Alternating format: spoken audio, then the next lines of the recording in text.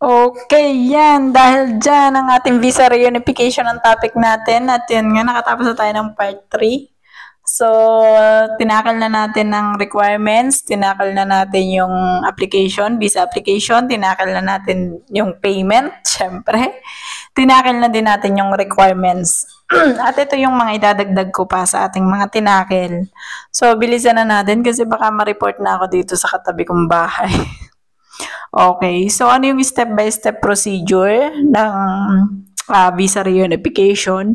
Siyempre ito, medyo mahaba kasi itong topic na to, pero paikliin lang natin. So, kailangan nyo ng documents like nung NBI. So, kailangan nyo ipa-apostille and translation. So, certificate ng proof of relationship dun sa inyong partner na kukuha sa inyo na nasa Czech Republic. For example, yung birth certificate, yung marriage certificate, kailangan nyo yung ipa-apostille at saka ipa-translation. Tapos yung nandito naman sa Czech Republic, so kailangan niya naman ng valid na employee card. So ito yung TRC na binabanggit ko sa mga sa mga vlogs ko dito sa Czech Republic. So yung accommodation naman or yung lease agreement for the person na nandito sa Czech Republic at nandyan din sa Pilipinas. So kailangan pareho kayong may proof of accommodation. So vice versa yun, pareho kayo dapat na merong ganun. So proof of funds, so sufficient income. So ito, hindi nyo kailangan ng show money, pero kailangan nyo ng proof of funds. Ibig sabihin, may trabaho si Mr., kaya niyang mag-provide para sa family. So sa huli ng video, ibibigay ko sa inyo yung breakdown para kayo ay hindi ma-denied or makapag-apply kayo ng visa reunification. Something like that. Kasi meron kasi ditong binanggit na proof of funds. Pero may nakalagay na no need ka na mag-show money. Pero meron siyang meron siyang binanggit kung magkano dapat ang pera na meron ang asawa mo na dadatnan mo dito sa Czech Republic. So, pasensya na kayo, medyo malat na ako kasi nga, ang haba na ng topic natin and I had a lot of things to do pa. So, yan. So, masyado akong busy yata ngayon. Hindi ako nag-OT pero busy.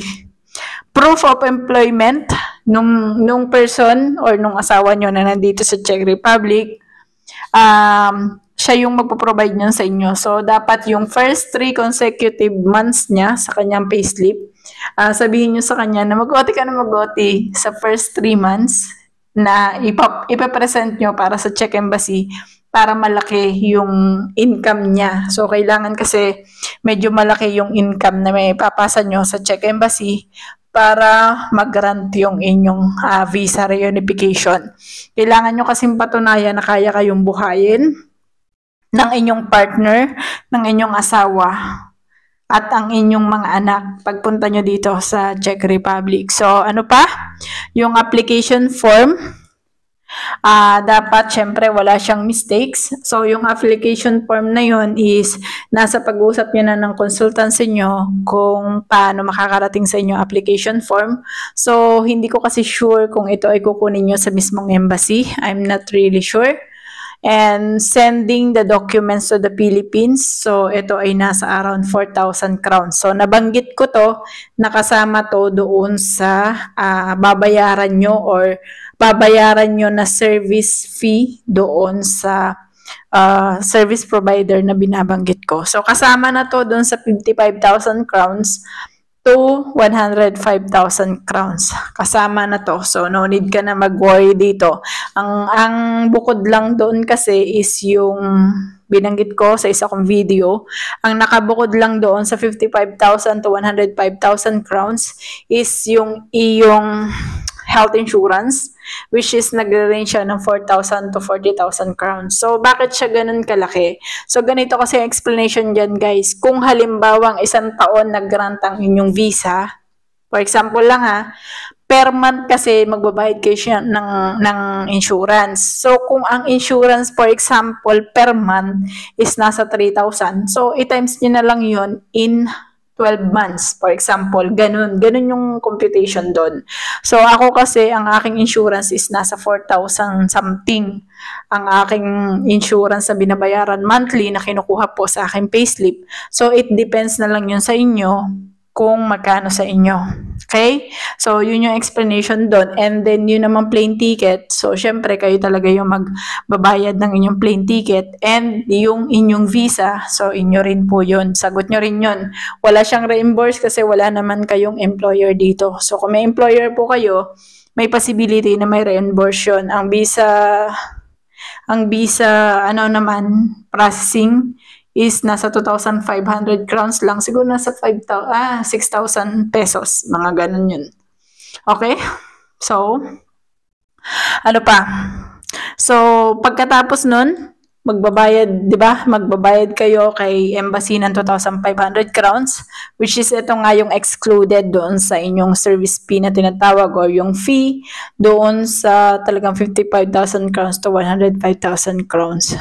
Ang booking of appointment po is sa embassy, hindi po siya sa BFS, and siya naman ay gagawin ng inyong consultancy or ng inyong service provider kung kayo ay magpapatulong. So, yun nga yung sinabi ko rin sa part 1 ng aking video.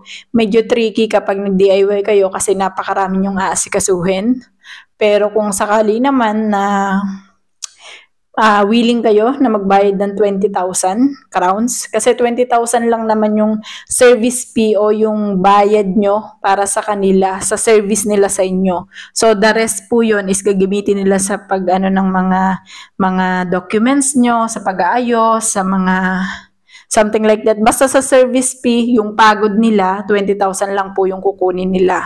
So, kung sakali man na marami kayong mga documents na naging hassle, something like that. Kaya medyo lumalaki yung babayaran nyo na madadagdag. Kasi syempre, maggagasolina, mamamasahe, ganyan.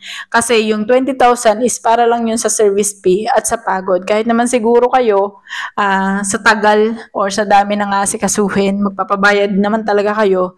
At saka company naman to, talagang kailangan nyo pong magbayad ng service fee once na kayo po ay nag-utos sa isang tao. So, lahat yan, sila na po yung bahala sa 20,000 crowns. Nabanggit ko po yan sa ibang video. So, panoorin nyo na lang yung ibang part ng video na to kung medyo malabo. So guys, kung ang question nyo rin is kung ito bang consultancy na to is meron ba siya sa DMW? Kasi possible may question sa inyo na ganyan. Guys, hindi po sila under ng DMW. Bakit? Kasi po visa reunification kayo. Hindi po kasi kayo under ng pagtatrabaho dito sa Czech Republic or OFW Filipino workers. Tama ba? Overseas Filipino workers. So hindi po kayo under doon kasi visa reunification. Ang inyong visa, ibig sabihin makikipag-reunite kayo sa family member nyo dito sa Czech Republic. So, at sa side naman po dito sa Czech Republic is iba rin po siya.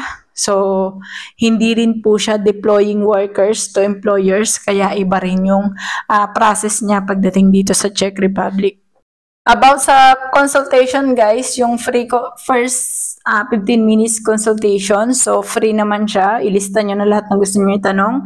For summarize lang kasi nabanggit ko na naman sa inyo yung tungkol doon sa part na to. So, kung meron kayong gustong itanong, so, doon na lang po kayo magtanong ng additional na question. So, maaring may mga madagdag pa or marami pa kayong mga questions sa sarili nyo. So, maari po kayo doon magtanong, especially sa installment kasi marami akong alam na Frenny na talagang installment po ang hinahanap. So, nabanggit kasi niya na pwede naman ang installment. So, kaya lang, hindi niya binigyan ng talagang directive na explanation ang tungkol sa installment. So, hindi ko alam kung gaano katagal, kung 1 year ba or something like that. So, wala akong information.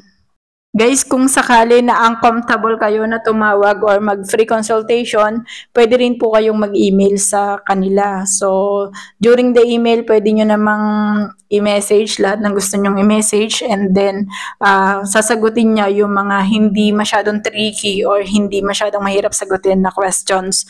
So, para to sa mga introvert, syempre hindi tayo lahat gusto or willing makipag-usap ng directly. So, yan. So, lagyan natin to ng part 5, I think, kasi hindi pala kaya ng hanggang part 4 lang.